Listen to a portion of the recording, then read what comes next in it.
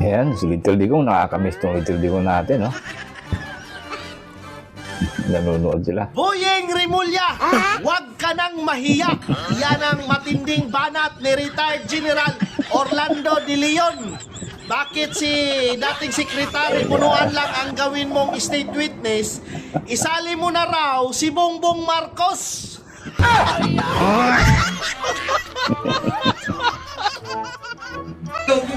Nako. Walang uwian! We are one!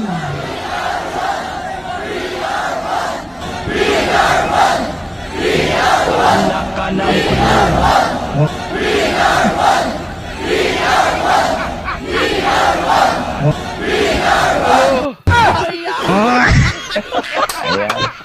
Palagpakan dyan sa kwentong bubi. Shout out sa iyo. Ito na mga kababayan, ito ang dahilan kung bakit nagpanik ang Malacanang dito po sa speech ng INC. Mabuhay po ang INC. Palakpakan po sa iyo. Ito po mga kababayan, pakinggan po natin. Talagang nakakatindig balahibo itong mga speech. Tumpak na tumpak po. Naku po, Marcos, magtago ka na. Mga kababayan, kakasuhan na raw po ng Ombudsman Rimulya si Senador Rodante Marcoleta.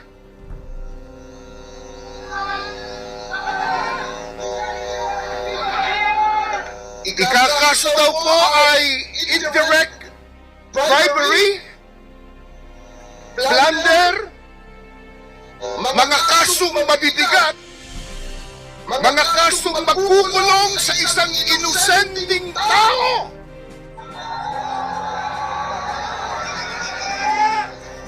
Payag ba tayo doon, mga kababayan? Hindi! Hindi! Hindi! Hindi!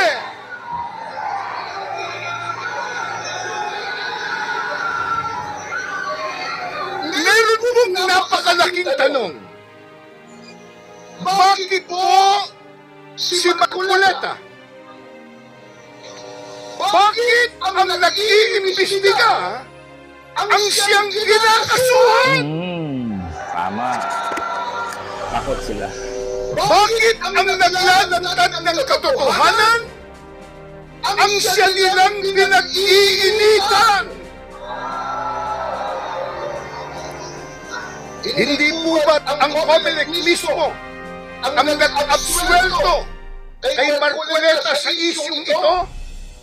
Hindi po ba pinatunayan na ng Comelec na walang nilabag na batas si Marcoleta at sa natanggap niyang pinansyal na tulong mula sa mga pribadong individual? Kung ang pagtanggap ng campaign funds ay basihan ng plunder, bakit si Marcoleta lang? Yan. Tama.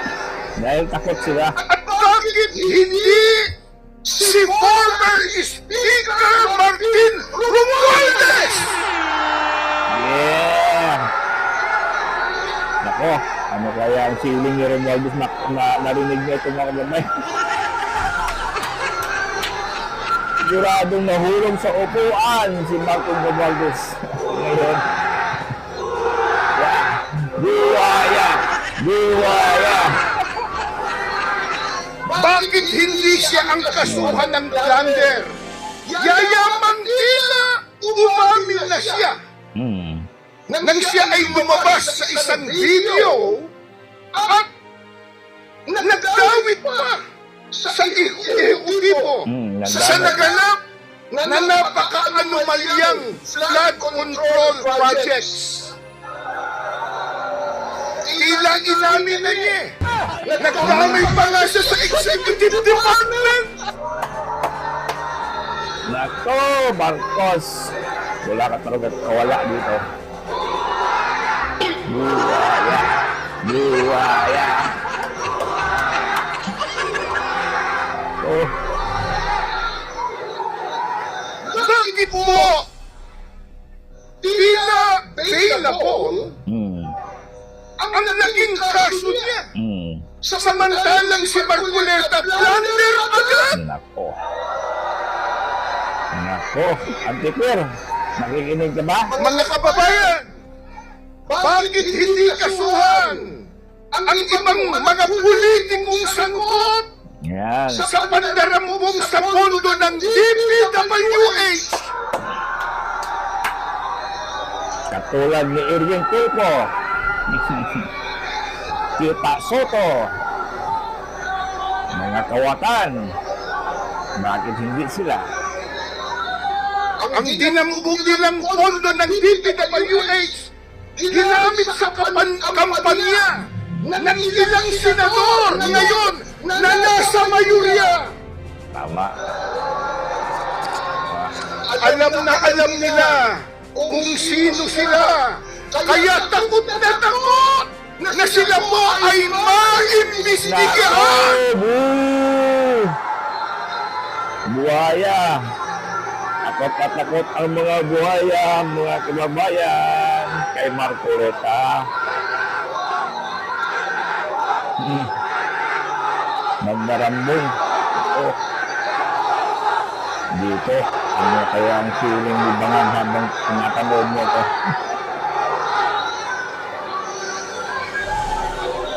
Si Congressman Libiste po, may ebidensya. Tama. May sworn statement si Bersamin. Tama. Nariyan po ang mga ebidensya. Ngunit bakit tila bulag ang ombudsman sa mga ito? Bakit Ginoong Boying Rimulya? Bakit? Boo! Yan. Buhaya kasi itong sinimula dun eh. Mukhang pera yung pinayuka. Pwede protekta sa mga buhaya.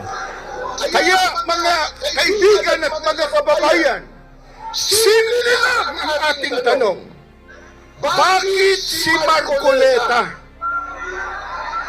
Tama. Alam niyo kung bakit? Sapagkat sila'y natatakot kay Marcoleta! Naku! Auntie Claire, narinig mo yan, Auntie Claire? Ang ganda ng speech ito mga kababayan. Analo. Klaro-klaro. Marcoleta, tingnan niyo mga tao na po, magkabaging ito si Marcoleta na kababayan.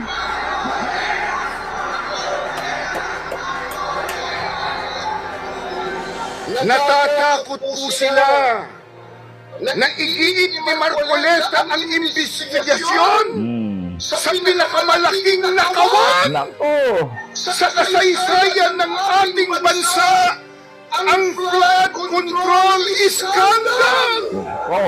Ano na? Nakakahiya! Nakakahiya! Nakakahiya! Nakakahiya! Nakakahiya!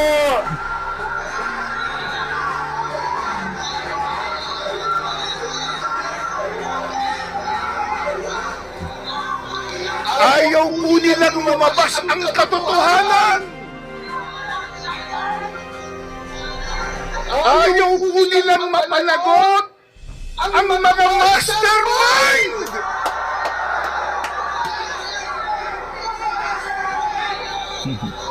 Kaya gagamitin po nila ang kapangyarihan ng ombudsman. Gagamitin po ang sandigan bayan upang takutin, upang patahimikin, upang buksain ang sino mang magsisilbing hadlang sa kanilang kabuktutan. Tama! Ang galing ng pagsalita ni Arnel. Napakasama! Napakasama! Napakasama! Napakasama! Napakasama!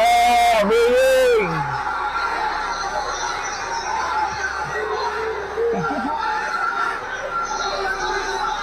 Mga kaibigan at mga mahal na kababayan, tandaan po natin, ang selective justice ay hindi po katarungan.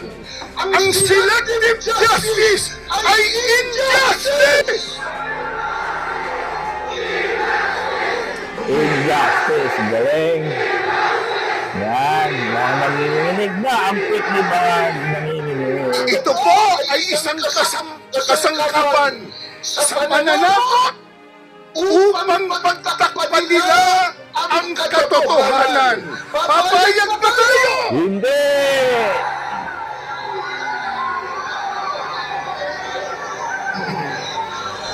Mga mahal na kaibigan at mga Pilipinong nagmamahal sa ating bayan, kapag ang mga ahensya ang dapat sanang nagpuprotekta sa mga mamamayan, isa pa rin nagkakampi-kampi upang gibitin ang mga naglalantad ng katotohanan.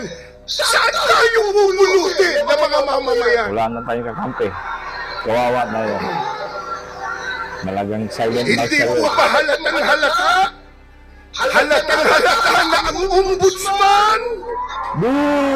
Halatang ang halata. sandigan bayan, Boo! Halatang at halata. ang ilang mga mambabatas Nako! Ang mga buhaya sa Kongreso. nagkakampi-kampi mo para protektahan nila ang isa't isa, lalo na ang nakaw na pera.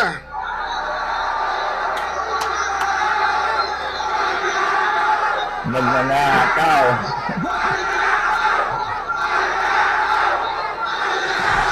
Boo!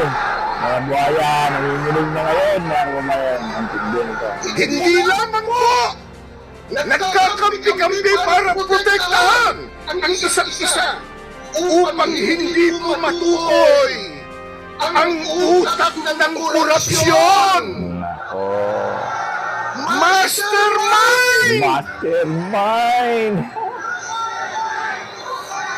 Si Bongbong Bangag Marcos. Mga kaibigan, mga Pilipinong nagmamahal sa ating bayan, ito mismo ang dahilan kung bakit tayo narito ngayon! Correct. Buhay na buhay pa po ang people power. Hindi tayo papayag na ang katotohanan ay ilibing ng kasinungalingan! Tama. Hindi natin payagan to si Remulla. Hindi tayo papayag na ang katarungan ay sigilin ng mga nasa kapangyarihan. Ngayon, ang tanong uli, bakit si Marcoleta? Takot sila. Bumahag ang buntot nila lahat kay Marcoleta.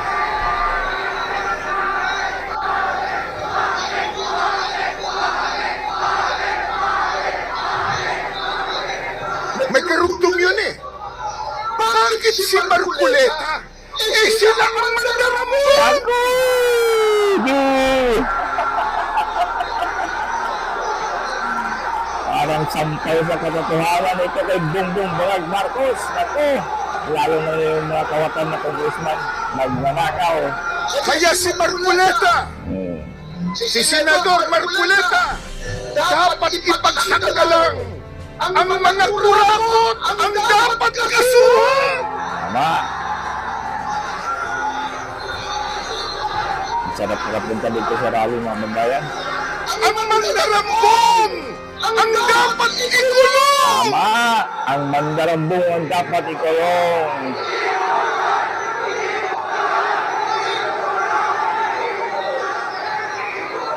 Kaya mga kababayan at mga Pilipinong nagmamahal sa ating bayan, ang panawagan natin lahat ay napakalinaw. Ilantad ang katotohanan, panagutin ang mga mastermind sa korupsyon, hindi ang naglalantad. Pailalin po natin Ang batas. ang hustisya. Ang justisya.